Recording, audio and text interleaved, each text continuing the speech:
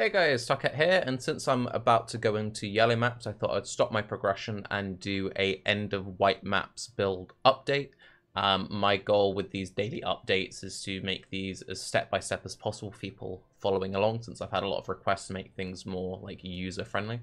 So we're level 80, I will run a random white map, show off some changes to the build, just as my gear is progressing and my thought process behind each gear slot temporarily. Will just quickly say I am running a rare bow because I picked up a 6-socket thicket, threw an essence into it, and hit bow attacks for additional arrow, which is very strong. And also at the end of this update, I will show off some frustrating things where GGG gives me items that I really want, but not for this build, which is irritating. So let's pick the best. Do I want to do the Bazaar? I want to run the cage. I guess I'll run the Bazaar because it's got monster life and damage, so I guess it kind of shows off the build a little bit more. I ended up specking into Point Blank in the end. I don't particularly love Point Blank, but it is what it is. And I also swapped my totems to a 4-link lightning arrow single target setup because I prefer it to totems. The totem setup is better, but I prefer this setup. I was also lucky enough to get the colors to run a Blessing Wrath. So every now and again, if you see my life drop, I don't need to tell the precision anymore right now. It's me wrathing it up. Do we want to do Archnem? Do I have any good recipes? I don't. I'll wait then. Alright, let's run this Harvey. So basically what you do is, whenever you're about to do some big scary content, or like a boss or something, press the Wrath button, and you gain like 30% more ooh, you gain graphical issues. You gain like 30% more damage for 10-ish seconds. We have a lot of sustain in this build, inbuilt, and we run life pots, so we can press a pot to instantly heal straight back up to full. And we can also just attack, and in like 2 attacks, we go straight back up to full. So you can see I can press it here, and we're good. If I want, I can spam it. Also worth noting that you cannot kill yourself, but you can take yourself very low. So just be kind of mindful of when you're pressing it, because, you know, if you press it at the wrong time, you can get yourself killed. You really don't need to press it all that much while mapping. I don't. I mainly just press it before bosses, before League mechanics. And that's good enough for me. And you can see the sustain is really no worries at all. You can run all sorts of random things to improve your single target. You can run Hydrospheres, you can run Tornadoes. If you try and manually cast all of them, you'll hate yourself. You can shove both of them onto an Arcanist brand, which is a lot of people do before they run like Azanus Chance setups. I will eventually run a setup of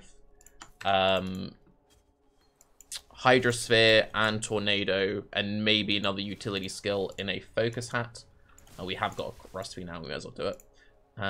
And yeah, it's one of those things where putting it into a Focus Helmet means that when you press the button, you instantly activate all the skills. It's just a nice bit of quality of life. I'm already having to press the Wrath button now and again, and having to press too many buttons just takes out the nice quality of life feeling of the build. People generally play builds like this for the way they feel, and if there's ever any way to make a build less fun, it's by adding loads of short temporary buffs that you need to maintain. Nobody enjoys that. So I'm currently running only defensive auras plus a level 5 or something precision and a Herald of Thunder. The Herald of Thunder is just there for the flat damage. I'm running my main damage aura on the Blessing. You can run any defensive aura setup you want. You can run Grace, Defiance, Banner, Determination. I really like Grace plus Herald of Purity because I'm weird. I know a lot of people don't like that setup. I do. Bite me. It is what it is. Let's go for that one now. And yeah, do a little preamble. And because we're point blanking, if you can get next to the thing, great. If you can't get next to the thing, it's fine. One thing we can do, which is quite nice, is we can use our map clear lightning arrow near walls. So if there is something very scary, like a really scary arch nemesis or like a boss or a beyond, something like you just don't want to be tangling with, you can use your blink arrow to keep some distance and just like spam fire into a corner. Like you can shoot around corners and like chain and still clear things quite nicely, which is obviously a very nice defensive layer. We've done all our recipes, so we'll finish off on that. Yeah, we'll just run the last little bit of the map, and then I'll show off where the skill tree's at, where the gearing's at, and talk about what I will be changing to progress into the next stage of mapping. It is worth noting that a lot of my early gearing for whites and pretty much all the way through until reds, my gearing for whites and yellows is very similar. I just will pick up random things, ID them, and get a few natural upgrades that way. I generally don't start crafting upgrades until I get into like the tier 10, tier 11 stage, because if I'm going to be like throwing essences or fossils into items, I would rather wait until I get some slightly usable bases, either some influence bases that you just gain passively while mapping, or when you start to get bases in the highest 70s, just because the rolls are much better. That being said, you know, when I see, for example, a 6-socket base, which is a good base, be it like a bow or a chest, I'll just throw in a random essence YOLO, especially when I'm only on 4 links, because going up to a 5 link is a great, just a huge, obviously, power spike, but I don't really want to be sinking jewelers and fuses. Like, I don't want to sink potentially 100, 200 jewelers into a low-level bow base that I'll replace very quickly. So the cost of just throwing in a essence, if you get something great, if you don't, you vendor it, no worries there. So let's show off where the skill tree is currently at. Also, a huge thing to stress, I spoke about this in the last video, but I got to keep mentioning it. With this build, there are 2 things you need to watch out for. You need to look at, let me move that back. You need to look at your lightning arrow damage, and if, like me, you've just got one element really, really high, run a penetration gem of that element. I currently just have loads of lightning damage. I need more flat fire or flat cold on gear to get a more balanced Trinity setup. If you have balanced elements, you run Trinity. Trinity is more damage if you can get a balanced setup. If you can't, that's fine, run Lightning Pen instead. The other thing you need to look out for, like I say, is your accuracy. You need to balance your accuracy to your health because we're using precise technique. So 40% more attack damage if accuracy rating is higher than maximum life. So if I turn off my precision, we can see we go from 18k to 12k. So as you're like upgrading gear, if you get like a gear with a really nice chunk of life on there, before you do it, just quickly check your tooltip. If you suddenly lose a bunch of damage, think, do I need to upgrade my precision? Do I need to maybe swap out a mastery for the 100 accuracy per green socket on equipped bow? Also, obviously, check your like chance to hit values. If you've got very low chance to hit, even if you have more accuracy than life, make that one mastery change to get a bunch of easy accuracy there. You're good to go.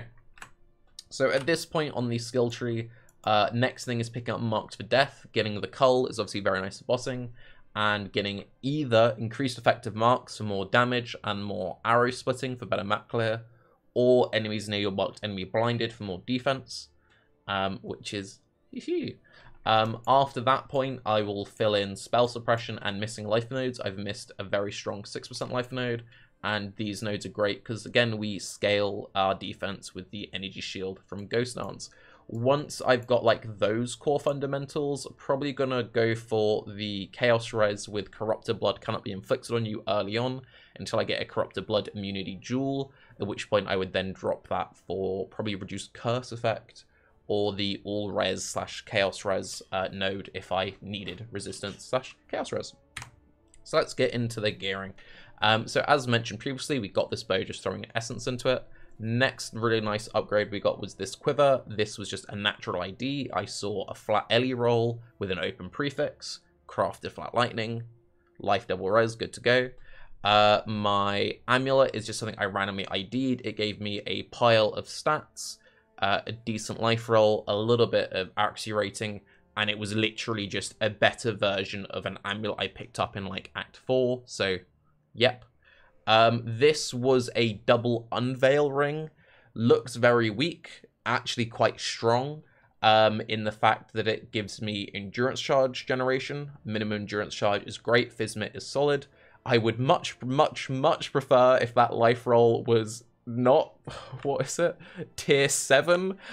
If this was like even just 40 life, I would probably have this for a very long time. I would probably still have this for a very long time, because the endurance charge generation is more like mitigation and more EHP generally than just having a slightly higher life roll. especially since my tree is currently lacking percent life because I haven't picked those points up yet. This is much stronger than having like a 70 life roll. The strength is good because we need strength. Gives me chaos res. I need to bless the implicit. I want to get some bless. And also gives me a chunk of flat elemental damage. And flat elemental damage is good in a build that scales off elemental damage. Next run, we pick this up from an incursion. Gives a little bit of reduced mana skill cost. Really nice quality of life. Gives me an energy shield implicit. We use energy shield because we are a Ghost Shroud build. So all great there. And a little bit of resistances, a little bit of int, a little bit of mana. And one thing which is really nice is the damage taken recouped as life. Because we are a build which realistically is going to cap out in the 4.5 to 5k life range with like 1 to 1.5k ES with good gear, you're never going to have that much life regen if you're going to scale your life regen through like percent life regen. It is good to have some passive life regen outside of our life gain on hit and life leech, because sometimes you can't attack, sometimes you need to just run around, sometimes there's lots of like burning ground or whatever on the floor. So having something somewhere on your gear which is either giving you flat life regeneration is very strong if you have a low total health pool, or damage recouped as life, very strong. Would recommend, if you can, picking up 1 or 2 pieces of either like high flat life regen rolls or damage taken recouped as life rolls on your gear. Helmet is just some stats, life, crafted some ES. For this build, I would ideally have pure evasion, not pure, I would rather have hybrid evasion ES on every single slot, because we aren't really focusing on armor in this build. I'm just going for Ghost Dance and as much ES as possible. If you're going for the determination route, which you very much can, perfectly fine to do so, then fact in having flat armor on your gear. This chest piece is really solid. Unfortunately, we haven't gotten any real good Eldritch implicits. None that really work for my build anyway. But this gives int. We need a tiny bit of int somewhere on gear. We're currently over, but you know, some passive int somewhere on gear, great if you can get it. Good evasion, good ES, good life, has an open suffix which we've crafted strength. I think I can actually change that strength roll to something else, but yeah, you will need a little bit of stats on gear early on to have comfortable sockets. Then the gloves, the same ones we got in like Act 6 or Act 7 or something, just double flat LE damage roll, a life roll, and they actually have a open suffix craft, but my resistances are currently okay. And because we're still in early maps, I haven't unlocked any good suffixes, so I haven't crafted on a suffix yet, but I will once I unlock some cool suffixes. Belt was pretty happy to see this. Nothing special, but gives me life, a little bit of ES, gives me some resists, and the best damage mod I had to craft was elemental damage with attack skills percent. Generally speaking, this will change based on your gearing. Flat LE damage is better than percent LE damage, so prioritize gear which gives you flat. But when in doubt, you can always import your character into Path of Building, and you are good to go.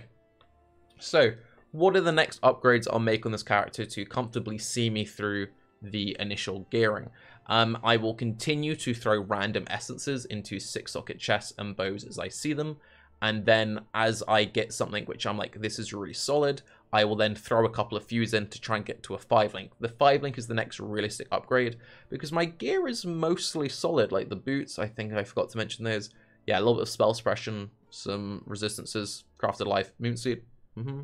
As we get Ickers, throw in Ickers into the items. The helmet is the weakest slot currently, so that'd be the priority upgrade. I would ideally be looking to upgrade the helmet the most, because the gloves, I said I wanted evasion ES every slot. The gloves are at least giving me a good chunk of damage, and they have a mildly helpful lab enchant on there. I'm also going to be finding my Uber Lab trial soon, so I can get the keys to run my Uber Lab. I generally like to have a decent helmet before I run my first Uber Lab in SSF, in case I find a decent enchant. My brain went blank then. So I do highly recommend in SSF that you always have a okay helmet around. So if you haven't picked up any good rares, that's fine. But as you're picking up random rares, just before you vendor them, press Alt and just check their rolls. So if you got a random helmet for whatever base which had like a good defense roll, because it's got defense rolls have a range now, just keep hold of it in your stash, and it means that when you do go to your Uber Lab, if you happen to get a good enchant, you can throw it in there to save the enchant. And it also means that if you happen into any harvests, you can throw random crafts into it. On the note of harvests, you can see this is my one that I currently have here. It's just a okay helmet with a decent roll of an okay-ish eye level for the content I'm currently in, which I'll keep hold of it if I do. Likewise, you know, pick up random okay bases, keep hold of them. As you get better bases, sub them in and out. Likewise, if you pick up any searching eye jewels early on, keep hold of them. Searching eye jewels are excellent harvest fodder to use up harvest crafts, because you can use attack crafts, fire, cold, lightning, and even fizz crafts, even chaos crafts, just getting any kind of flat additional damage to bow attacks. This is a terrible jewel. It is a bunch of low rolls, but it's still a triple damage jewel, which also has resistances, which means that when I get a Stygian Vise, I can throw this in and get a really nice chunk of damage. When we're getting more levels and I run out of like choice key nodes to go for, I can start picking up 2-point jewels. And just having a couple of searching eye jewels lying around with double to triple rolls, ideally also with life or ES, so you're getting a little bit of defense as well. Excellent all round, can't recommend it enough. So, before we finish up this video, it's worth talking about GGG trolls Tarke whenever he makes an SSF series being like, hey guys, I'm going to focus on this build and only this build, and I'm not going to play any other builds. Every time. So on when we league started, we're doing the bleed stuff. Within the first 24 hours, I got the As-Unless chant drop, which is how I ended up playing Corsair Carrier. Within 24 hours of me doing this series, I ran some heists. So I did the initial like green contracts. I haven't run any other heists, just the initial green contracts. The reason being is with just the base rogue to unlock any new ones, you get access to the Kurai chain, and her chain at the end of it gives some guaranteed uniques, which are nice in SSF. And in one Isla one, I got 5-link Darkscorn. Getting a random 5-link Darkscorn when you haven't even got a 5-link is the ultimate troll. Even more of a troll when you've made multiple YouTube videos this league saying one of the builds you want to play is Poison Scourge Arrow Pathfinder. Even more of a troll when you consider the fact that you've been chasing Darkscorn and SSF for multiple leagues at this point. Even more of a troll when in that same Isla mission you get a near max roll Embalmer drop, which is one of the best starting gloves for that build. You then get a second Embalmer straight after, which means you can start double corrupting for Despair enchants. Oh, and in the same instance that dropped the Darkscorn bow, you dropped a synthesized penetrating quiver, and you're like, but what could you even get that's that good? Like, it's an eye level 70 zone. Like, what could you get that's fractured on a penetrating quiver in eye level 70 zone that's really that good, which would make you feel frustrated? Yeah, just a casual bow attack firing additional arrows. Like, come on. So I could actually use this for this build, but I chose not to because I didn't think it was very realistic for like a play-along SSF series to be like, in your first 24 hours, get a +1 arrow bow and a +1 arrow quiver. If I get good RNG in this series, I will play with it, but there has to be some limits, right? And also, the Pierce implicit isn't ideal for this build because we're using Ricochet, we're using Chain Stuff, whereas this is perfect for the Scourge Area build. So, yeah, I threw one Harvest Craft into it, hit this, which gave me life, Chaos Res, increased damage with bow skills, and I'm like, screw you, game.